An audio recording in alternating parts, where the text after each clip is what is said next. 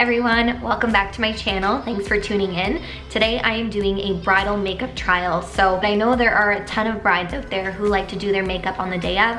I thought about it myself. Honestly, it's so much easier, and I feel like you have your own personal spin on how you like your makeup done. So this is the look I came up with. I tried to do more of a neutral smoky eye, nothing too intense, but just enough drama for photos, as well as a nice pinky lip. So this is the look here. If you guys want to see this look, just stay tuned and keep on watching.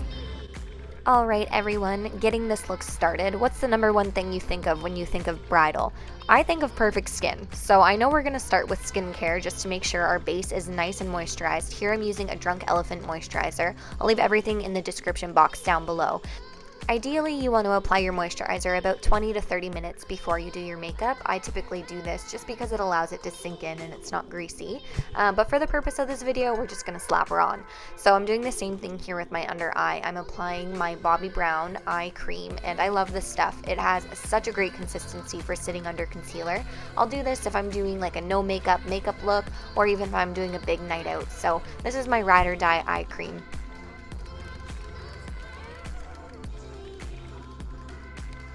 Alright, now that that is all patted in, I think that we are good to go. We're just going to throw on some lip balm before we begin, so it has some time to hydrate our lips. So if we're applying any lipsticks, which we will be at the end of this, they'll be nice and moisturized.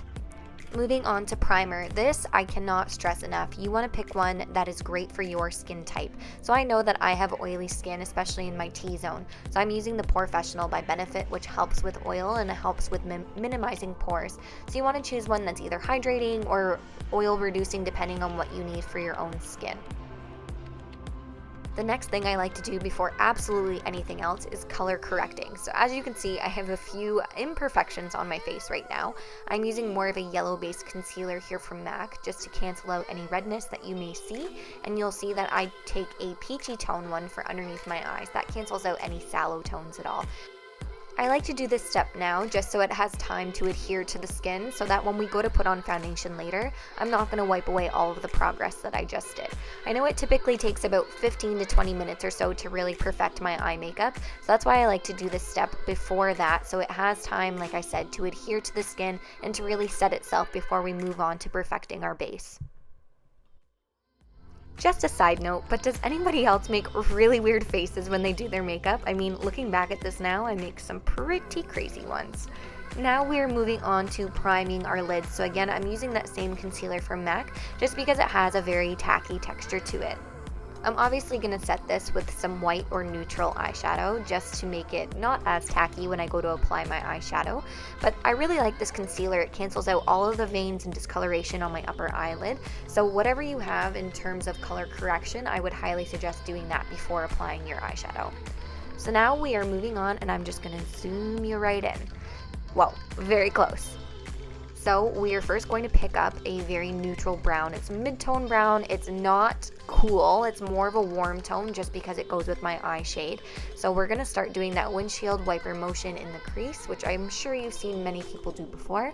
But just doing this, you really want to buff out that color, and you don't want any harsh lines or any deposits of color in one area versus another. You want it to look seamless and smooth and just kind of blown out.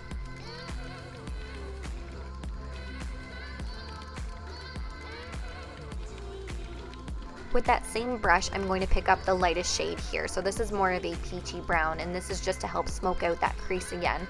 This really will help make sure that there's no harsh lines and that everything blends seamlessly.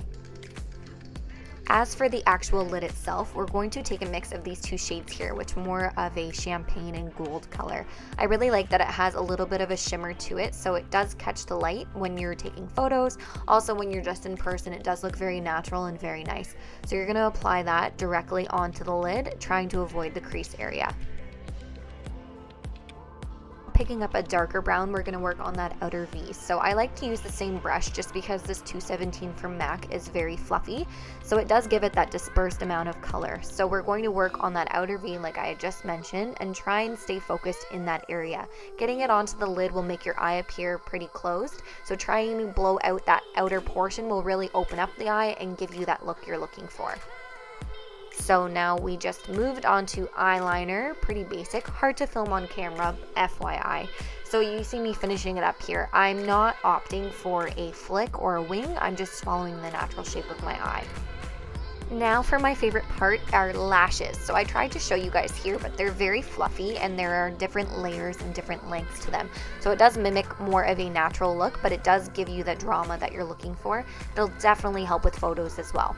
So now we're going to move on to the base. Now that we've let our color correction sit for a little bit, everything should be fine when we do apply it. You want to do it in a dabbing motion as opposed to a streaking motion where you're running the brush down your face. You'll see me do so just in a second here. So see that I'm dabbing and I'm kind of stippling it in as well as rubbing and bringing it down past the jawline. That's something you really need to be careful of, is stopping right at your jawline, because it will create that mask look and will be extremely obvious in photos.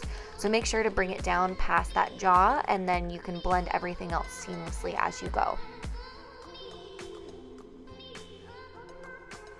The foundation that I'm using here in this video is amazing. It's by Mercier and I forget the name, so again I'll include it down in the link, but it is perfect. It does not include SPF, which is something you definitely want to avoid. Having SPF will give you flashback, it'll give you a white cast, so try and opt for something without it. But this foundation is also very lightweight and it's also oil controlling.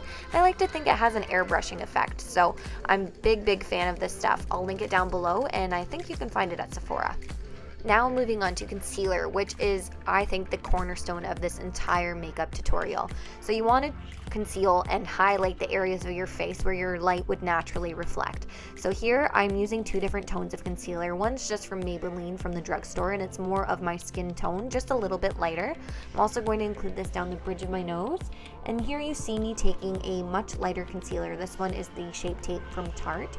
And I'm doing that on the high points of my face. And under my eye, the reason why I dab it like that is I find it too strong and too intense if you were to do the entire triangle in a very light shade. So I like to mix the two tones and it gives a very natural but still glowy appearance to your under eye. Now I'm just buffing everything out with that same foundation brush. I feel like this lets things blend seamlessly. So I'm doing that and you'll see that I switch over to my finger, which really warms up that Tarte Shape Tape concealer, which has a thicker formula, so I think this gives it a lot better blendability, and it does bring the two colors together nicely. It does give you a little bit more control under the eye area as well. So now I'm going to set. This powder is phenomenal. If you haven't tried it yet, I highly suggest it. I find mine at Shoppers Drug Mart, which is similar to a CVS or a Walgreens, and it is amazing for baking, which is what I'm doing under my eye right now. So you want to bake the areas, again, where you get oily or areas that you want to smooth out. So I'm doing my under eye, the chin, bridge of my nose, and also the forehead. And realizing how insane you actually look. While I'm letting this bake, I'm going to move on to my brows. So here I'm just adding a tinted brow gel from MAC over top of mine. I have pretty bold brows to start, but they do have a little bit of a wonky shape.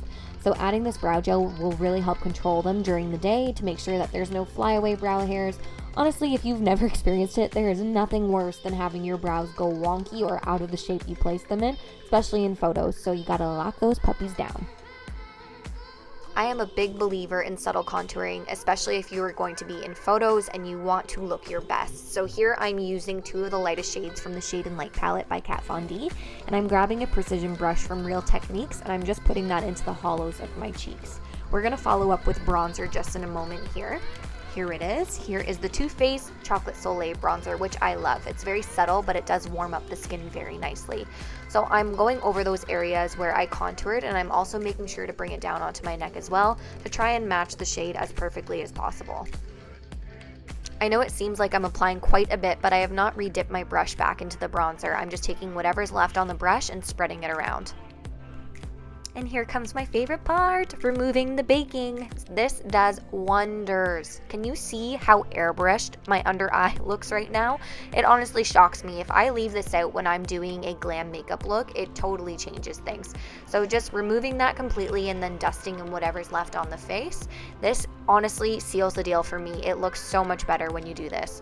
Next, we're applying a little bit of blush. This is one from MAC. I believe this is Spring Sheen. You want to dust this onto the apples of your cheeks and bring it upwards just so it's not so concentrated in the middle of your face. Next, we're moving on to highlighter. This is my favorite for everything in this video, but I feel highlighter and baking top 2. So I'm using more of a natural toned one from MAC, which has blues, pinks, and gold, so it does mimic more of a natural glow.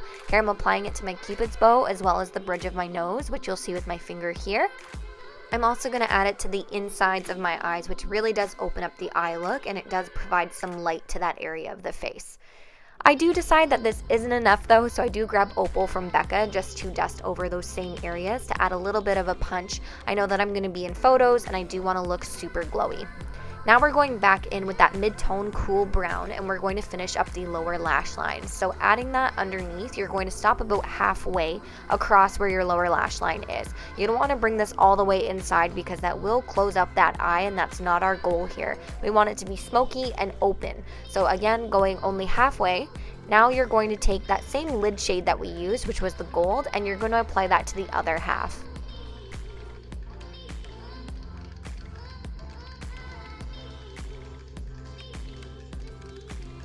And now I'm just going to focus that gold directly over top of where I put the highlighter just to give it that extra punch. Again, this might be a little much for some, but I feel like it really does open up the eye.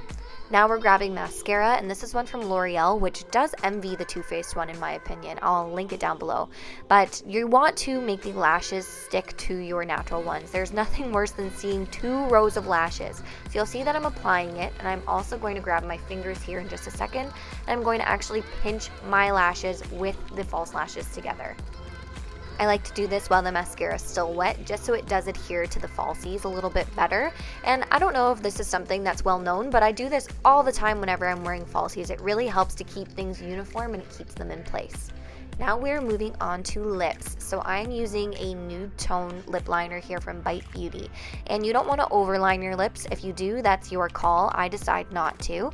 You just want to do a subtle lip liner shade. And here I'm using a color from ColourPop Cosmetics. Again, all colors and everything will be listed in the description box below. I like liquid lipsticks, but I feel like you get that nasty rim on the inside of your mouth. You know what I'm talking about.